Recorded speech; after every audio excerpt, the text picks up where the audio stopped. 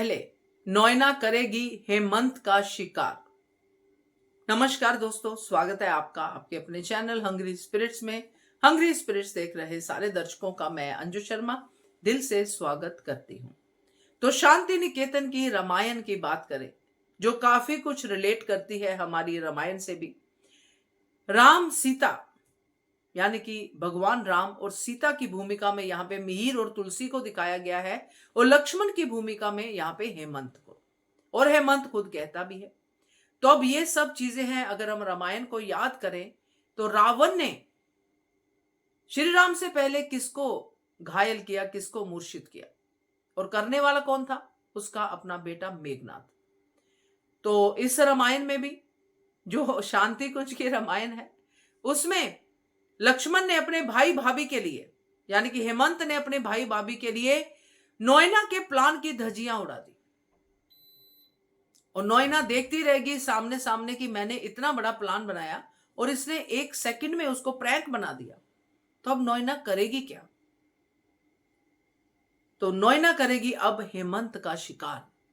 चलिए बात करते हैं। पहले वही निवेदन, जिन्होंने अभी तक चैनल को सब्सक्राइब नहीं किया है कर लीजिए, साथ में दोस्तों बेल आइकन दबाइएगा ताकि आपको हमारे वीडियोस के नोटिफिकेशन मिलते रहे। नोएना ये पूरी तरह समझ गई है इस एपिसोड के बाद, जो कल हमने 10:30 बजे के स्लॉट में देखा है, उसमें वो ये बात समझ गई है कि मिहिर को पाने के लिए पहले हेमंत को रास्ते से हटाना पड़ेगा, क्योंकि हेमंत अब नोएना की पूरी सच्चाई जान चुका है कि नोएना मिहिर के पीछे पागल है और ये मेरी भाई भाभी का घर उजाड़ेगी।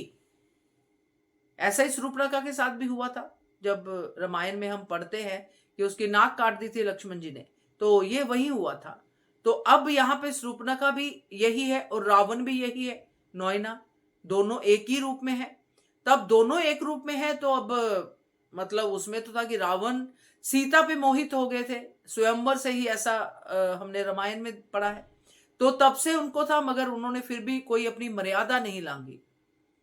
वो तब लांगी जब उनकी बहन के साथ गलत किया लक्ष्मण ने। तो अब राम है भाई, वो तो अपने रास्ते चल रहे हैं, उनको तो अपना गिल्ट है, वो तो तुलसी से बात करेंगे, मगर उनको नहीं पता कि हेमंत ने प्लान ही चेंज कर दिया। उसने उस चीज को पूरे को प्रैंक बता दिया, और उसमें कोई भी कन्विंस हो जाएगा कि हाँ भाई नोएना के साथ प्रैंक किया हो सकता है। बहुत ही स्मार्ट निकला हेमंत, मगर अब नोएना का शिकार बनेगा। हेमंत को ही नोएना जो है इस तरह से बदनाम कर सकती है, इस तरह से सामने ला सकती है मिहिर के, कि मिहिर ही नोएना की बात सुने और कोई ना जो है मिहिर की किसी की बात ना सुने, स्पेशली हेमंत की। तो जो नोएना कर रही है, हमने एपिसोड में भी देखा, जैसे नकली लोगों को पेश कर रही है, अपने दोस्तों को यूज कर रही है, अपने ही पति को बदनाम कर रही है, जो कि अब दुनिया में भी नहीं है। तो नोएना जिस हथकंडे पे आ गई है, इसमें हेमंत शिकार हो तो ये कोई बड़ी बात नहीं है।